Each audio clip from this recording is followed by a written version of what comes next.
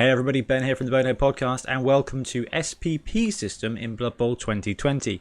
This segment we're looking at the SPPs, how you level up guys, and the way you buy skills and increases in the new game. So this segment is taken straight from our podcast, so if you've listened to episode 51 already, you've already heard this, but you're welcome to rewatch it. If you've not downloaded and listened to the podcast, please give us a listen. We cover this and our top 5 teams, and it's episode 51. It's available on all podcast apps, and it's actually available on the YouTube channel as well, so I'll put a link here somewhere as well. Anyway, I will get out of the way and let you listen to us ramble on about SPP systems in Blood Bowl 2020.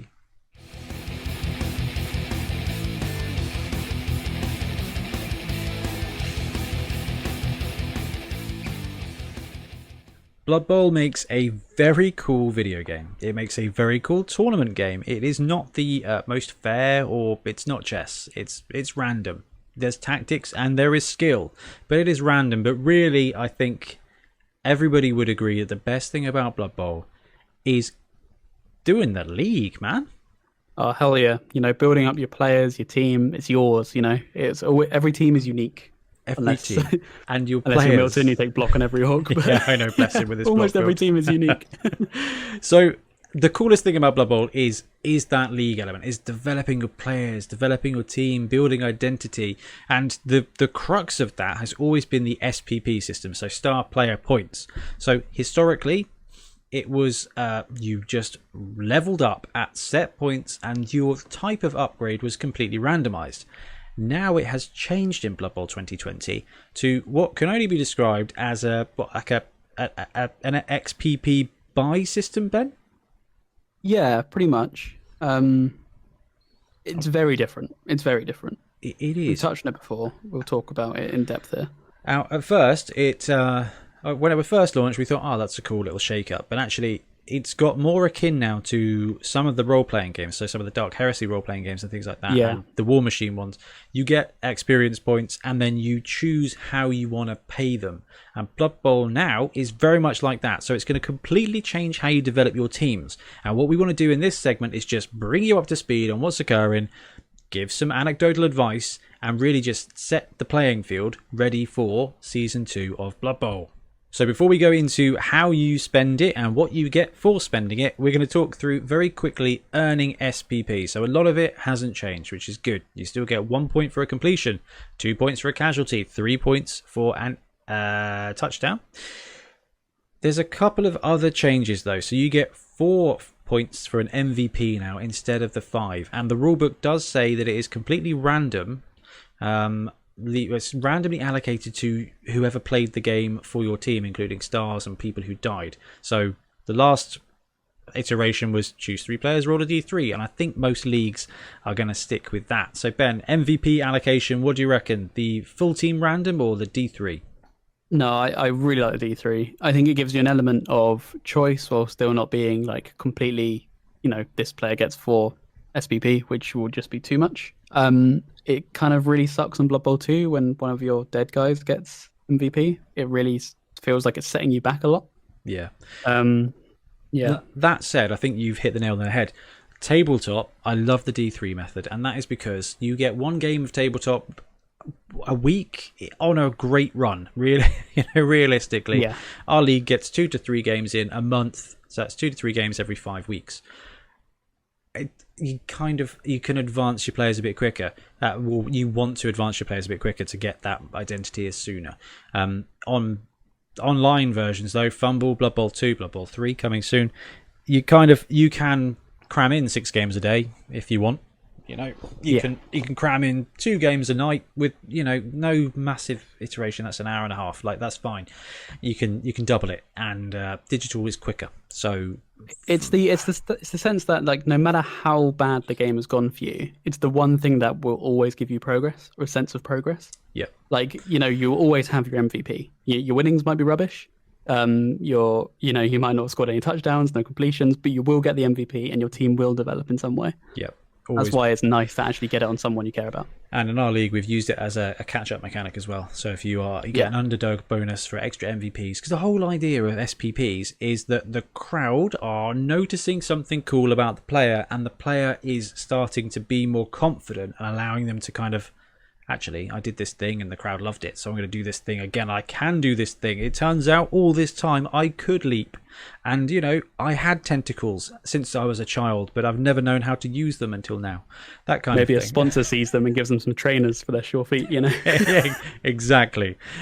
So MVP has changed to 4, completions are the same, touchdowns are the same, casualties are the same. Interceptions have changed ever so slightly. So the way you intercept is you roll to deflect. If you get a deflection, you get 1 SPP. If you convert that into an interception instead, you get 2 SPP. So interception stayed the same, but there's a kind of smaller one on deflection. If you want a breakdown of how the passing rules have changed, check out our Blood Bowl 2020 rules change video on YouTube. It does cover that. So it will cover the kind of how the deflection and how the interception process works. So SPP, most of it stayed the same. MVP got a bit squiffed, and there's a new one in the way of deflection. But also, if you score a super throw teammate and successfully land it, so if it's a superb throw, so roll of a 6, and you land, then the throwing player actually gets 1 SPP for a completion as well. Which love that so much. I know, it's so good. That's going to help the big guys. Really will. Big guys have got it interesting in this system. I know we're going to expand on that in a second. So yes, that is how you earn them. Now let's have a look at what you can buy with them. Okay, so when it comes to spending SPP, you no longer have to wait till you get 6, do you get 16, do you get 31? That's gone. There is no... No, that's not true. There is a limit, and we'll talk about that. But basically, you get that SPP for a player, and then you can use it to buy upgrades. So let's talk through the first level. So historically, it's been I need to get to 6 SPP, so this guy levels up.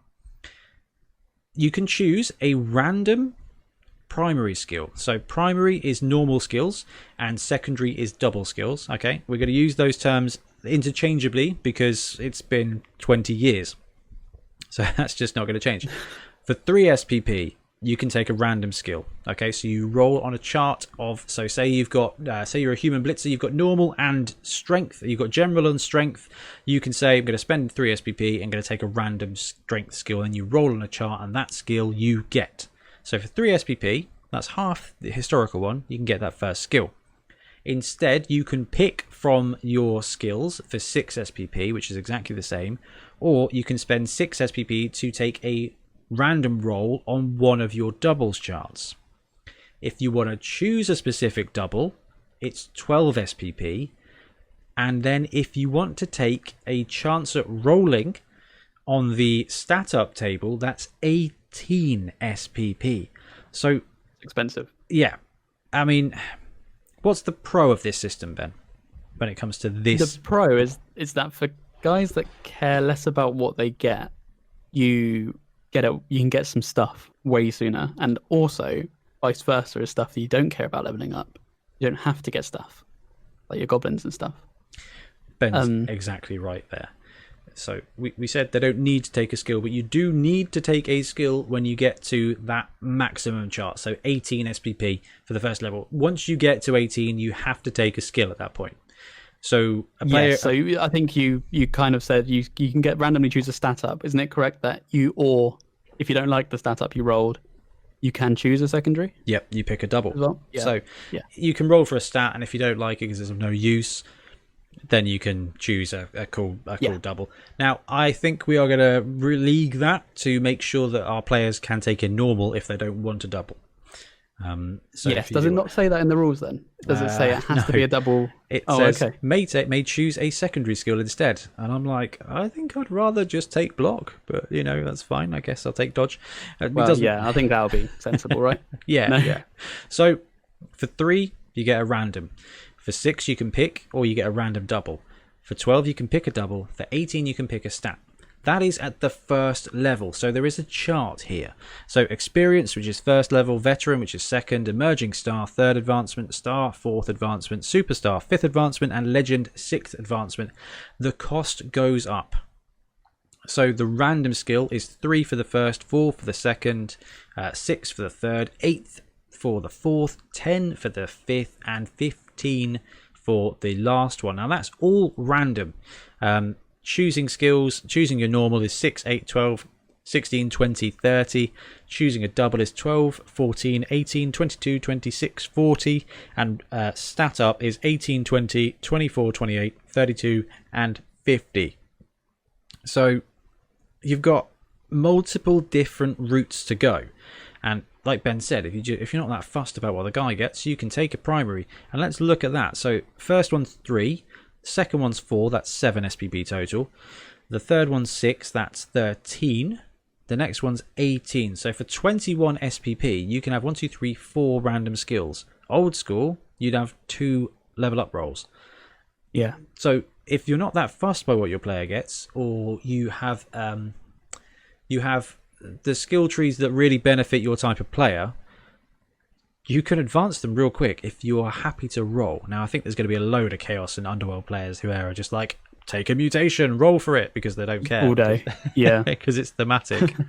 And I like that. I do like that. So that is the breakdown of spending SPP. So it's up to you. And this is where Ben said that the league development of your team is going to be massively different. So on the one hand, you don't have to fire your stunties. Yeah, that's a huge deal. I mean, it's always really annoying as a goblin coach who have to, like, you know, your goblin level's up, but you really don't want it because you want to make sure you can afford a Ripper or something. Yep. Yeah, and and you know, you level them up. What do you give them? You might give them like a 30 player or something. Or was it sneaky get? Yeah, but you won't really want more than one of those. Exactly. Yeah. So on the pro side, yes, if you take a stunty, you can save him up.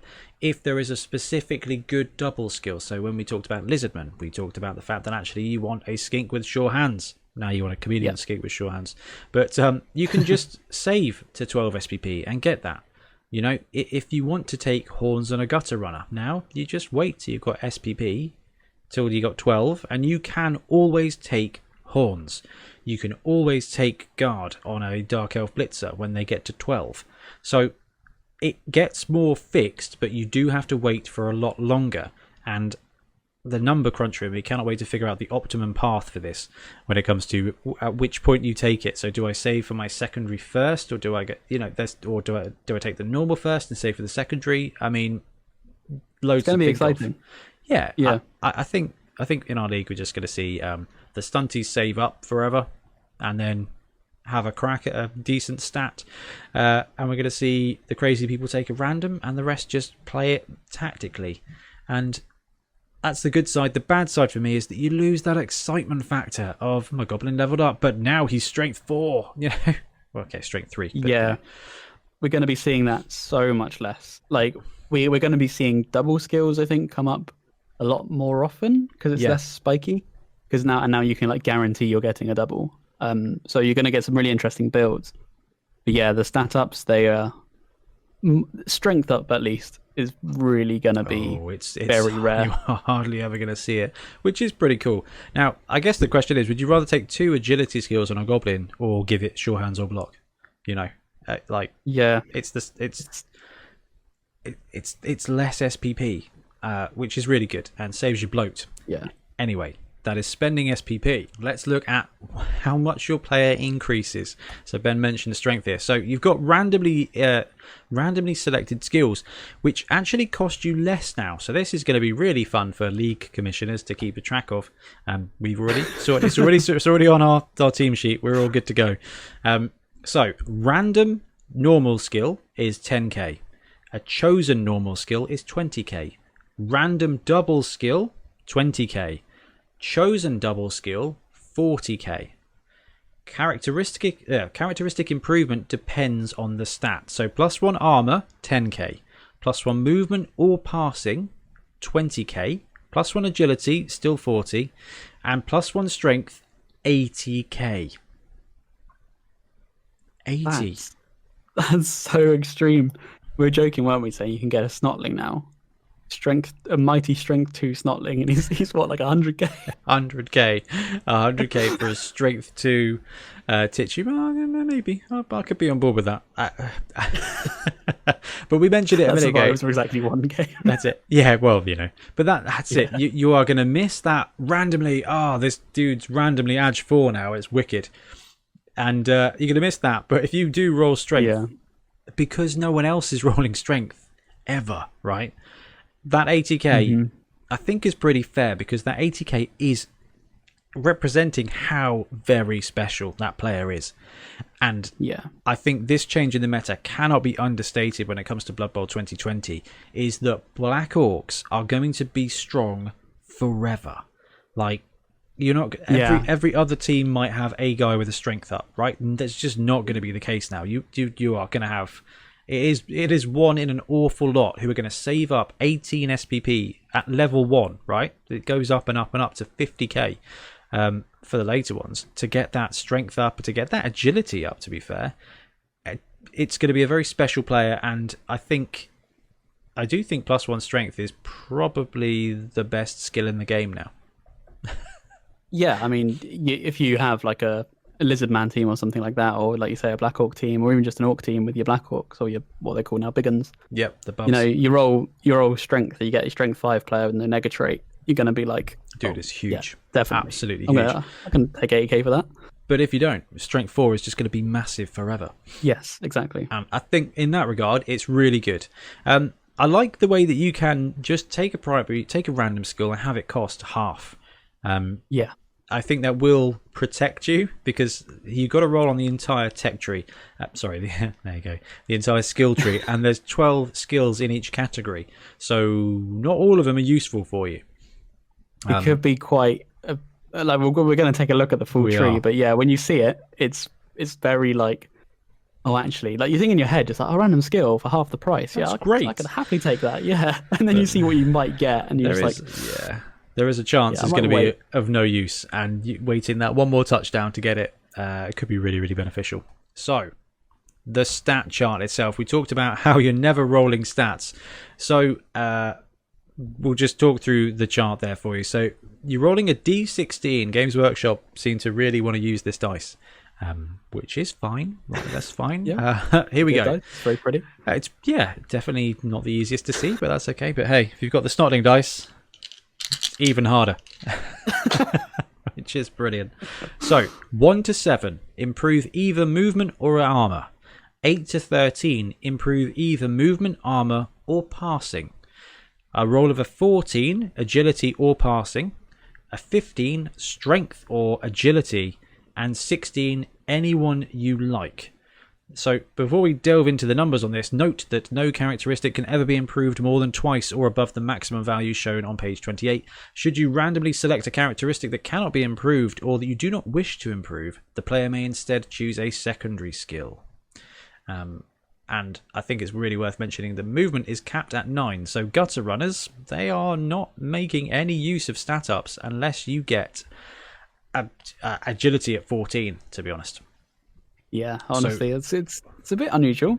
Maybe they want to restrict the one turners a little bit more. I do not think that's a bad thing at all. Like, I've got 2 movements, 10 gutter runners, and I've had my fair share of Ag 5 gutters. But you know what? It is much fairer for them to not. So in that regard, they get nerfed.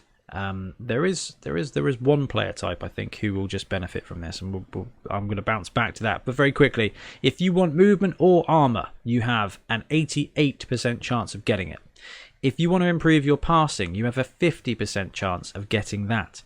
If you want to improve your agility, which remember now is just dodge, catch, and leap, jump, that's a 19% chance of getting that. And if you want strength, it's a 2 out of 16. Okay, so you've got 12.5% chance of getting strength. So you've got to save 18 SPP. So 6 touchdowns, and you've got a 1 in 8 chance of getting strength if you want it. Yeah, that's going to happen very rarely. You know, not even Saxby, not even Rich Saxby is going to be able to smash in a bunch of stat increases like that. That's the thing, when you've got 1, you know, you're either firing that player, which is going to be quite expensive anyway. Because you know you're not going to be firing many people anymore. No. And yeah, then the next one is even more. How much was the tier 2 for stat up? 20. Yeah, so you got to do then another 20. So you're on what, 38? Yeah, 38. Imagine that. 2 shots at a stat up. Yeah. You're right. 2 shots at a stat up. You're not guaranteed to get what you like. Now, the player type, Ben, for me, well, for you, let's start with your opinion. What player do you think is going to be 100% to want a stat up? I'd say like a human blitzer. Okay. I don't think there's any bad one. Movement 8 blitzer. Yeah. Yeah. Passing 3+ human blitzer. Yeah. The cool thing is you can fudge it, can't you? So movement 8 gonna be great. Armor 9, if never really. Passing boost you can, but instead of passing you can take movement. Agility 2+ human blitzer. That's not bad definitely. Either. And no one ever turned down a strength 4 human blitzer. No, definitely not. No way. So no matter what number you roll there, that blitzer gets better. And although we've already talked about the gutters don't roll stats. It's just if you can save up just for the opportunity to get that plus that 1+ agility or that strength 3 gutter, and then downgrade it to take a mutation if you want. Quite frankly, I think with the gutters you just go straight for mutation. If you wanted agility 1, you kind of just take 2 hands, two heads or extra arms, depending on what you want him to do. If you want a better strength, you just take horns. Like, you're guaranteed. Or their skills make them better than the stats would, really. Yeah, I think that's the kind of crux to Blood Bowl 2020 is that skills and player types determine the player's story now, rather than random stat increases. However, would you be up for a movement 9 war dancer, Ben? Would you be up for an agility 1+ war dancer? Would you be up for a strength 4 war dancer? Yeah, that's ridiculous. I mean, yeah, they're going to be, cost everything, but they're going to do everything. Nah, man. What we're going to see is Wood Elves just, at least with one dancer, just farm those touchdowns. It's only 6 touchdowns for a war dancer. That's 2 games. Yeah. All right. I mean, a war dancer is a human blitzer with extra steps, but it's just infinite. So yeah, your war dancers, I think, have the ability to score touchdowns quickly enough to get that stat roll, and then make use of whatever you roll, at least for the first one, because a movement 9 war dancer, it's great, it's a bargain. And an edge 1+ when you are leaping around you're leaping on a 2+ then, and that is the dream. And then strength 4 is just phenomenal. So if I'm running Wood Elves, I'm probably just going to farm the SPP for the war dancers and just make them epically hated. You know you're going to get to 17 and they're going to get killed. Hey, you just know it, don't you? Every time I give a Skaven kick, it dies. So I'm used to this. Definitely going to be seeing some dead war dancers. People are going to go hard for them. Yeah, so they're going to get scary. We need to bring the bounty rules, I think, for League. Such a good idea. Immediately, if you kill a war dancer, you get 100k. It doesn't even matter. Yeah. Just you get 100k and a stat increase.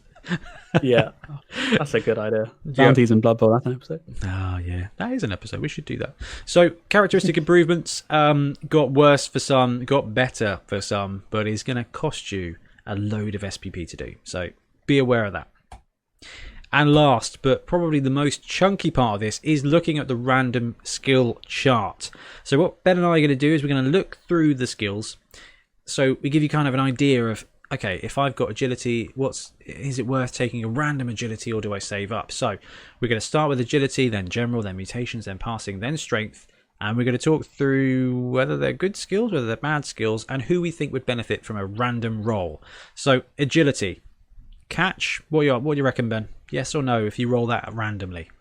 Catch is honestly pretty good. Like we've got to remember a lot of the agility players who may go for it. If you're going for a real crazy stunty build and you want your goblins level up really quickly for some reason, catch is often quite handy in stunties when you're going to throw a teammate, right? Because you can hand off to them and then you're exactly right. There are 3 types of player that get agility: stunties, catchers, and elves. Yeah. So with that in mind, catch, we like it. Diving catch, what do you reckon? Pro elf catcher might like that. Diving catch gives you +1 to an accurate pass catching, so increases your agility. So anything with agility 3+ is therefore going to be catching on a 2+ from a diving catch, plus gives you that cheeky roll to catch something around you. So not something you would necessarily choose, but it could be worse. That's kind of medium. Catch is decent. Diving catch is okay. Diving tackle? That can be handy, I think. I've seen, is it snotlings take stuff like that, take diving tackle, because you can really just get stuck in and be a real tarpit. Oh yeah, it's great in a stunty league as well. So diving Yeah. tackle can be good, but I don't really want to give diving tackle to one of my catchers. No. Dodge, Yeah, most level 4. dodge. Most people have got dodge already. If you've got access to the agility, now if you roll a skill that you've already got, you re-roll. So that's something to bear in mind as well. Defensive, which is the your guard doesn't count in my turn skill. Could be handy. I wouldn't like to roll it, I think it's so situational. especially as you're rolling usually early on. If you're only rolling at 3 SPP and you get defensive and no one's had time to develop guard yet. Yeah. Is it an ability? Are they now the only team that start with some? No. Do they have it? No, no one starts with defensive yet. No one starts with it. I keep mixing up Bretonians because they've got it right. No, don't defensive is a brand new skill. The fend. Am I thinking secret I'm Bretonians? thinking fend. Oh, maybe. No, I'm thinking guards. Sorry, yeah. Yeah, no, you're right. It's the bodyguards. It always gets me confused. Your OG bodyguards. Yeah, they snuck in there. Yeah. Okay, jump up, however. Ben, you played with that on Sunday with your wares.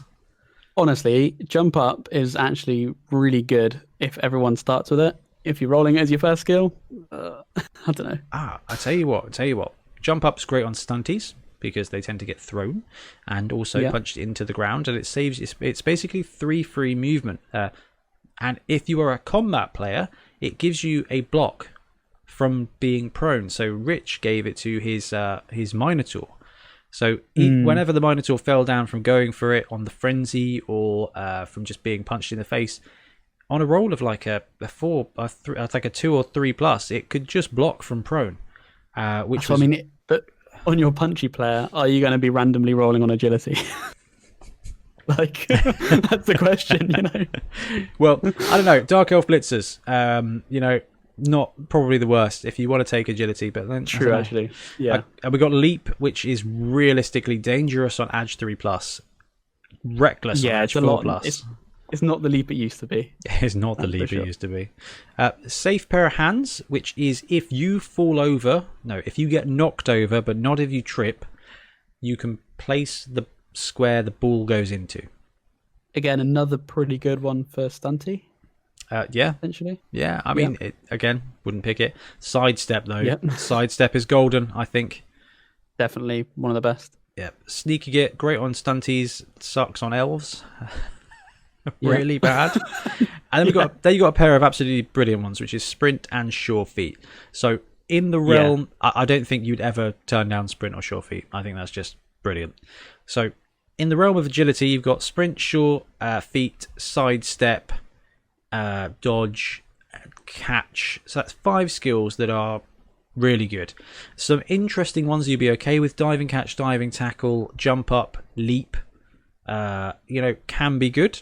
Like, that's kind of the medium for me. And then you've got Sneaky Git, Safe Pair of Hands, Defensive, which I just think are a bit garbage. So that's I don't know. It's just under half that you'd be pretty happy with, and but that includes Dodge, which you might already have.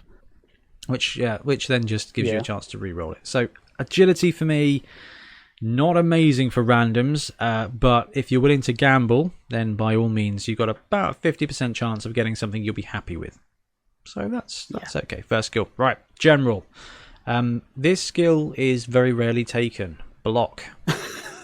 I don't think there's really... There's not many players you wouldn't want block on, in general. It's the best skill, really, to be honest. If you get block, you're happy. Like, oh, you got block. That's boring, but it's going to come in handy. If it's a block for 10k, if it's a normal... Then... That's a bargain, isn't it? Yeah. All right, Dauntless. No. I don't know. It's very niche. You see it sometimes really come in handy, and some people genuinely pick it on a few players. Yep. I've seen it taken on like halflings and stuff before. Dude, Gutters with Dauntless, not bad at all. Yeah. Decent for ball hawking. Dirty Player +1. There's not many people in general who really want Dirty Player. Yeah, I was going to say, if I'm putting this on a line... Right, I think the general trait is now the lineman role, okay? Block, awesome. Dauntless, why not? Dirty Player, okay, fine. Fend, all right, it does a thing, could be useful. Useful for anchoring cages. Good in that regard. Yeah. Frenzy, I love Frenzy. I've Corn team is a a team with lineman with frenzy, and it can be good. It can end the game in 20 minutes, but Yeah, yeah, well, yeah, one way or the other. yeah. Kick, Ben, Oh, kick. yeah. If you get a kick, then that this is the one which I think is almost on block level. If it's like your first random roll, you're going to be really happy with that. Unless it's, but even if it's something like a gutter or a war dancer, frankly, I don't know why you're rolling random for a war dancer. But those kind of positionals, the agility or blitzer elements, not great. But any kind of lineman or thrower, okay, ball carriers having kick Yeah. means that they are useful on the receive and to kick away. So that's useful too. Pro, now it's a 3+. I think that's a solid choice. Yep. Shadowing, that's a bad roll. So you said it's the lineman tree, but it's also your strength 4 guys tree, isn't it? Getting shadowing on your lizard man, Oh, that's you not might not ideal. want that. Strip ball could be good, depending on what you get. I mean, strip ball, sure hands, tackle, wrestle are the last ones. I think you can make that work. Sure hands, tackle, and wrestle will be good on whoever you put them on. Yeah, definitely. Well, that Sure hands again, like if you roll, not, but yeah, sure hands if it's again your lizard man. yeah, okay. Not going to want that. Yeah. So general, we got block. That's a solid one. I would say frenzy, kick, pro, tackle, wrestle, or sure hands. So there's 6 or 7 there that you're going to be reasonably happy with, and I think there's only a couple you're not. So shadowing and dirty player. I mean, loads of people love dirty player, but if you roll it on the wrong person, that's tough. Yeah, I say for linemen, it's a lot safer than the agility tree. For strength 4 guys, it's really risky. Yeah, you only really want block, maybe a tackle, and it's pro. Probably worth saving up at that point for the 6 to choose from the general tree. Okay, mutations. Mutations are fun, so they're bound to be random. Big hand, we love that for any kind of ball carrier. Ignoring everything. Yeah. Claws got nerfed, but it's still not bad. People are hating on the claw mighty blow combo, and yes, it is worse than it used to be.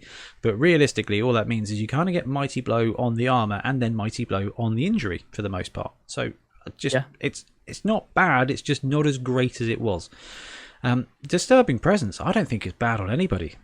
No, that can always come in handy. It's always the one skill that pops up when your elf is trying to pull off some really sneaky stuff. You're just like, oh, actually, yeah, that's -1. Yeah. Extra arms, which is +1 to catch and +1 to pick up. That's almost agility +1. Yep. For ball handling. Foul appearance is a remarkably useful defensive skill. I know it's only on a 1, but Ben, we've got some experience on the weekend. And you know what? When we remembered it, it was pretty good. It comes up. It does seriously come up. It's not the best one, but it's all right. Horns, however, absolutely solid. Horns is amazing. Ironhard Skin is going to do nothing for some players.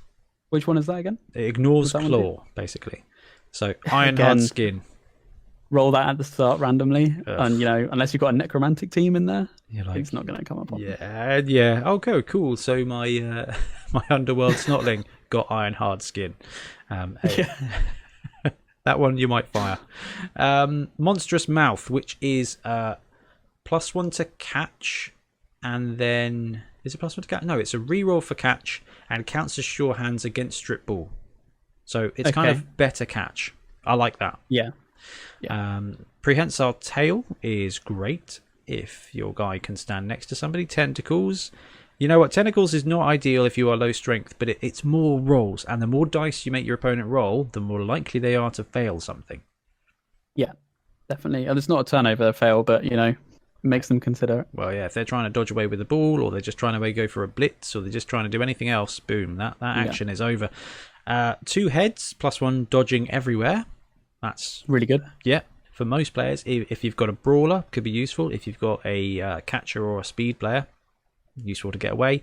Very long legs is going to be a tough one. It gives +2, I think, for the deflection now, and +1, or at least reduces the modifier of leap by 1 to a minimum of -1 for leaping and jumping. So yeah, it comes up more often than it used to. So it's it is slightly better. So It's a bit of a mixed bag, isn't it? Really, I mutations. think overall this is probably, and this is kind of like foreshadowing to the next. I don't know actually. This might be the one which I'm most happy rolling on with the players that get access to it. Mhm. I think rolling on this is thematic, and you're probably going to end up with something pretty useful. I think, yeah. I don't think it's worth gambling if you want to get claw or horns. I don't think it's worth gambling.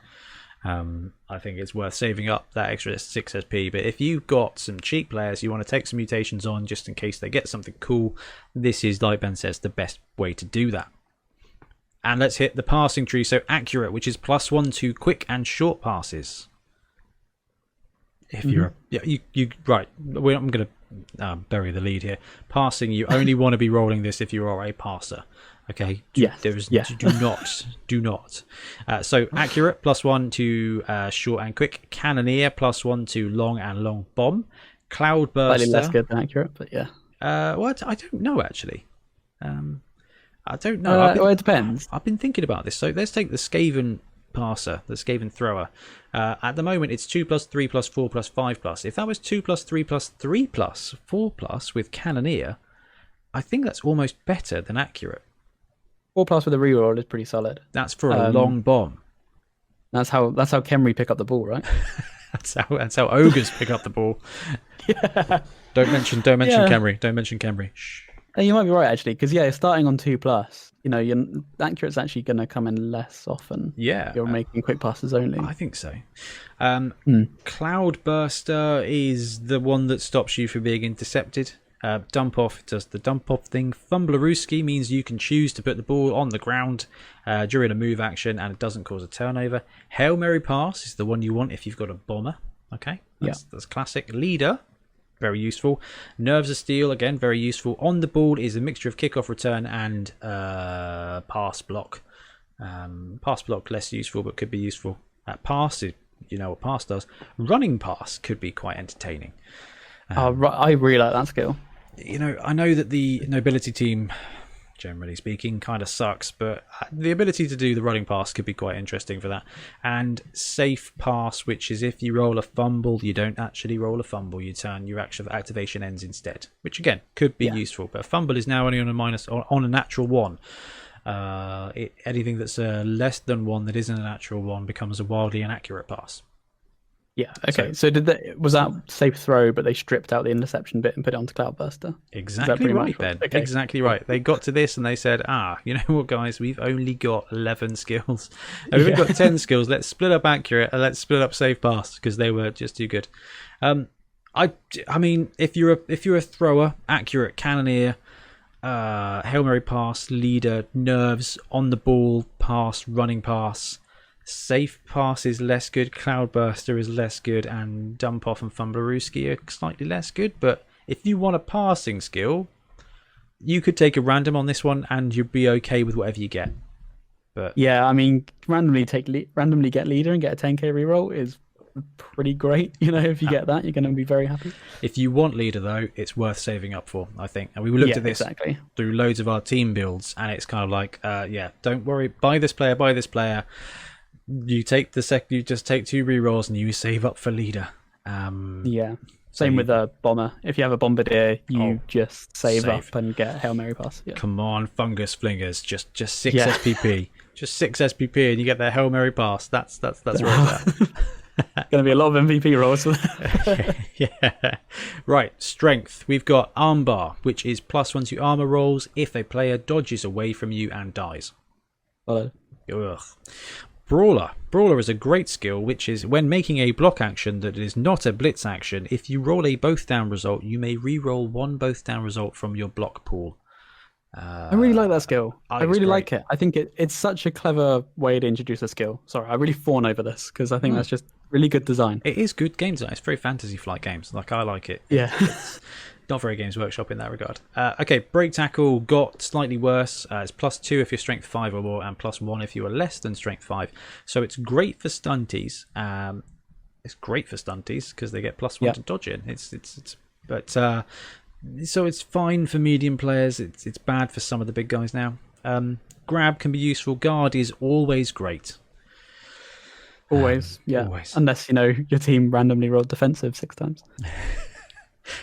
Juggernaut is, you know what? Juggernaut is fine. Mighty Blow is fine to great. Multiple block is not bad on a big guy, right? Multiple block is not ideal. You make 2 blocks, they happen simultaneously, and your opponents both get +2 strength. So you're going to need an assist in there for a strength 5 guy to pull off 2/2 blocks, but that could be pretty sweet. Happy with that. Yeah. I think multiple block is going to be amazing on the Black Orc team because they've got Brawler. They take grab first. They take guard first. They've got the ability to use grab to position things, and then you just do actually 1 block, 2 block. You chain, chain it into your teammates as well. Yeah, that's why I'm so excited to play Black Orcs, is because just with a few skills, it becomes murder. And then you've got some sweet little goblins running around scoring the touchdowns, being all the big man. I'm so excited, but I won't buy the models. It's fine. I'll wait till the team. Right, multiple block is okay. Pile driver, which is you knock a dude to the ground, then you make a foul action on them after you've already rolled the armor. So it's kind of like I think if you want to murder stuff, this is going to be worth taking.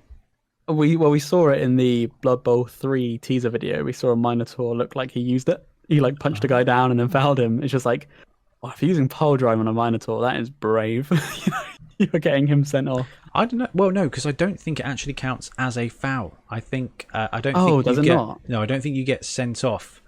Okay, that was my impression, because I was thinking on on a pump wagon, this is actually pretty good because they're getting sent off anyway. But eeny, meeny, pile driver. When an opposition player is knocked down by this player as a result of a block action or on its own or as part of a blitz action, this player may immediately commit As a result of a block action on its own or as part of a blitz action, this player may immediately commit a free foul action against the knockdown player. To use a skill, must be standing, occupied, and plays prone. And the activation. Oh no, you're right. It does count as a foul action. Ooh. Yeah. Ooh. You don't want this on your big guys because you get your Minotaur sent off. At first, I was thinking, your Minotaur, have a go and take him out. I don't know. Maybe if you've got bribes, it'll be right. Yeah, maybe. Tough one. Stand firm. Underrated skill, useful for cage stopping. Always comes in handy when you need it, really. Yeah, it's never bad. Strong arm, only useful for throwing teammates now. That's literally all it does. If you can't throw a teammate, you get to re-roll it. And thick skull's not going to be terrible. So strength wise, I think I still go for it. The one I thought of, when I first saw this, is we were discussing the fact that big guys can now get SPPs for throwing teammates. So your goblin troll needs to throw a teammate and kill a guy, and he can get a random level up, right? Your troll only needs to get an MVP.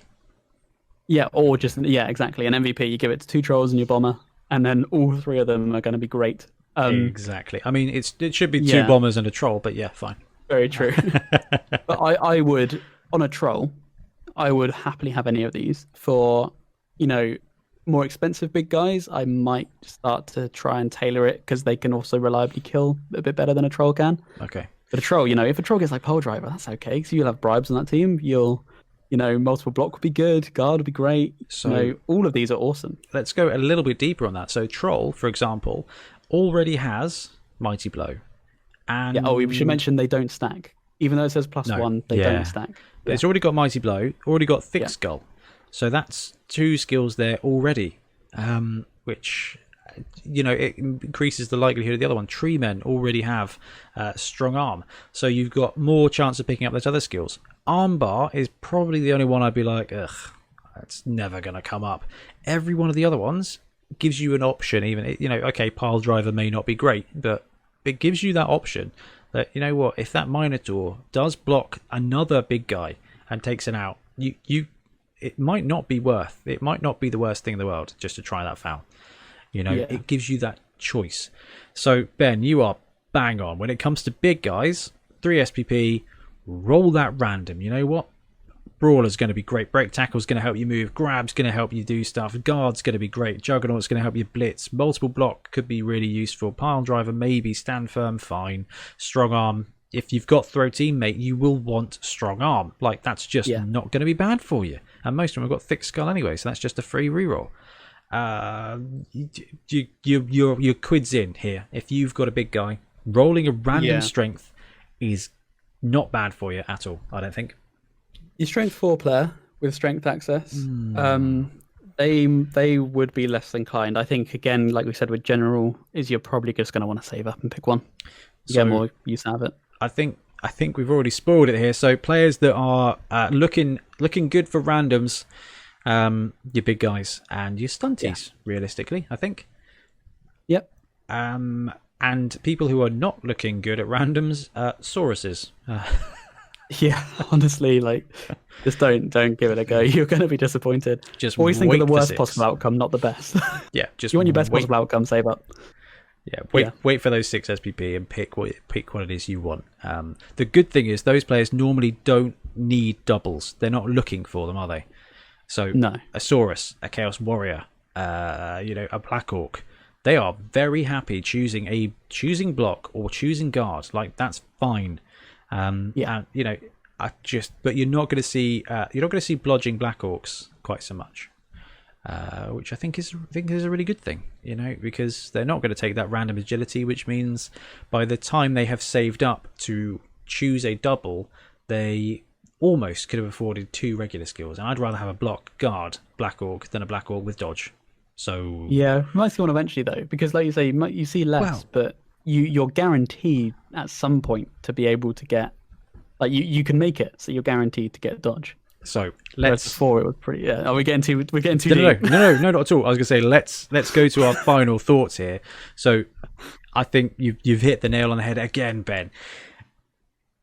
Early on, the big costs seem a bit prohibitive, but let's take that Black Orc. Once you've got 6 plus 8, once you've got 14 SPP and it's got block and guard, why the heck not save up the next 20 SPP to get to that point where you can buy something? So let's say a player going for its 3rd advancement wants a double, it's 18 SPP. By that point, you've already got everything you want, and it doesn't matter.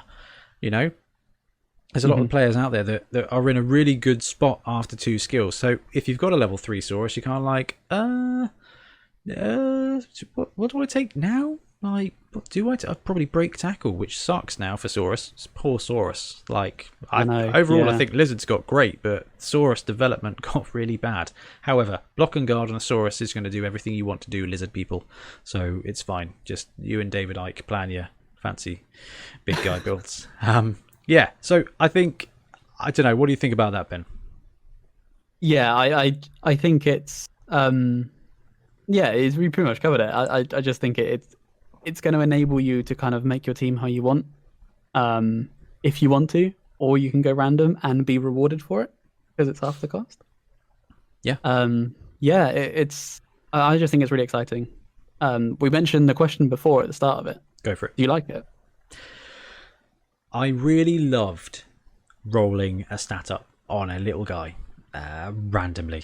I really loved that. Let's just roll this guy and see if he becomes anything special. No, he doesn't. Okay, never mind. I really loved that random lineman becoming Edge 4, and then you're like, oh, I've now got a star. I've got a star brewing up.